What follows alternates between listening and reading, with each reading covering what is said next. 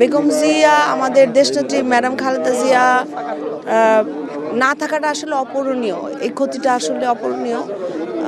যে অভিভাবক আমাদেরকে দিক নির্দেশনা দিতেন, জাতির দিক নির্দেশনা দিতেন, তিনি শুধুমাত্র বাংলাদেশ জাতীয়তাবাদী দলের না, আপামর জনগণের, সর্বস্তরের জনগণের। এবং আপনি জানেন সারা জীবন যে আদর্শে, যেই নীতিতে কাজ করেছেন, যে একটা গণতান্ত্রিক রাষ্ট্র ব্যবস্থার জনগণের পক্ষে কাজ করার জন্য, বাংলাদেশের পক্ষে কাজ করার জন্য এবং দেশের স্বার্থে, সার্বভৌমত্বের স্বার্থে কখনো আপোষ করেননি, অন্যায়ের সাথে আপোষ করেননি। তিনি আপোষহীন নেত্রী ছিলেন। শেষ দিন পর্যন্ত একই নীতিতে অটল ছিলেন, আমাদের জন্য জনগণের পক্ষে ছিলেন।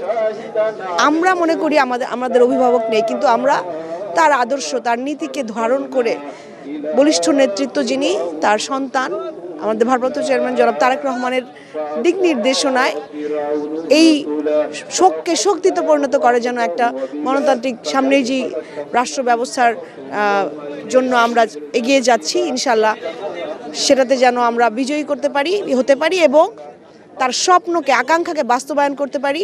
আমরা সেই বাংলাদেশ গঠন করতে পারি যেখানে সকল নাগরিকের অধিকার রক্ষা হবে। এবং তিনি নিজে আত্মত্যাগ করেছেন সারা জীবন। তিনি তার স্বামীকে হারিয়েছেন, সন্তানকে হারিয়েছেন, বারবার কারা নির্যাতিত অবস্থায়, অসুস্থ অবস্থায় মৃত্যুমুখ থেকে ফিরে এসে বাংলাদেশকে ছেড়ে যাননি, আমাদের মানুষকে ছেড়ে যাননি, জনগণকে ছেড়ে যাননি।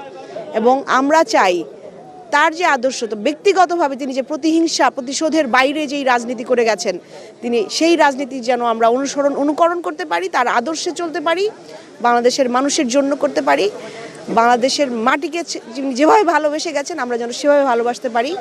আমাদের প্রজন্ম থেকে প্রজন্ম এই নিরন্তর ভালোবাসা ম্যাডাম খালেদা জিয়ার জন্য আছে এবং থাকবে। এবং আমরা আমাদের সারা জীবন চেষ্টা করে যাব সেটাকেই অনুসরণ করার।